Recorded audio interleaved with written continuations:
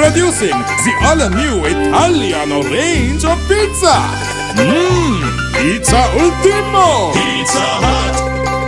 The topic of the Satana political debate program held at Stein Studios in Ratmalana yesterday was ethics.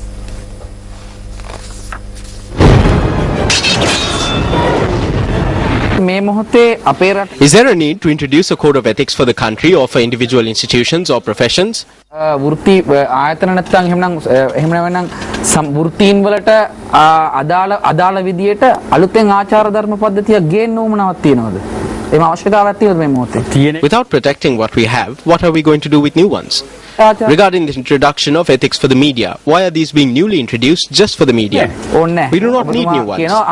So you are saying that we do not need a code of ethics? No, we do not. Even if we do introduce them, will they be upheld? So you are saying that a code of ethics is unnecessary and that it would not be upheld and therefore the media does not need it.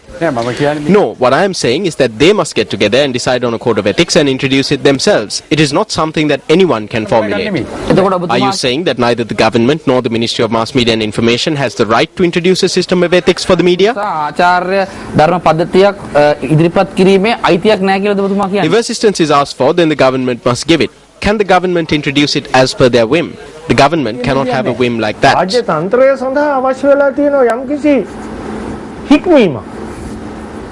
The state mechanism is in need of good conduct. The lack of this conduct is the problem today. The law is not being enforced with regard to the arson attack on Sirasa, the assassination in broad daylight of Lasantha Wickrematunge and others. People like Poddala Jayantha had their legs broken and were abducted. When all of this is happening, how can we look the other way? As a Buddhist, can you do this? As a citizen, can we do this? As people who believe in non-violence, can we do this? Good behavior must be brought to political society in Sri Lanka. බෞද්ධයෙක් හැටියට ඉන්න පුළුවන්ද? පුරවැසියෙක් හැටියට ඉන්න පුළුවන්ද? එහෙම නැත්නම් මේ අපි අවිහිංසාව විශ්වාස කරන මිනිස්සු හැටියට ඉන්න පුළුවන්. අපේ ප්‍රතිපත්තිය නෙමෙයි. It is not our policy that is the policy of Parliament today. The will of the people is not reflected there. They do not listen. For example, recently MP Vijitha Herath and I had to climb onto our desks. දැන් උදාහරණ ගත්තොත් මම මේ වගකීමෙන් කියන්නේ මට අදාළව ගත්තොත් එහෙම දැන් ඊ පෙරේද මට සිද්ධ වුණා මටත් අපේ පාර්ලිමේන්තුවේ විජිත හේරත් අපේ മന്ത്രിතුමාටත් පාර්ලිමේන්තුවේ මේෂ උඩ නැගී It is wrong. If you look at it in terms of ethics, then I have violated the ethics. I need to speak the truth. But what is happening here? We have voted for ourselves.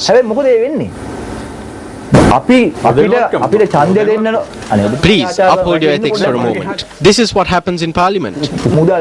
What we can see in Parliament is a situation where they have taken the power of money, thuggery and the law into their hands. In terms of ethics, even democracy, the most fundamental of ethics, is not being upheld.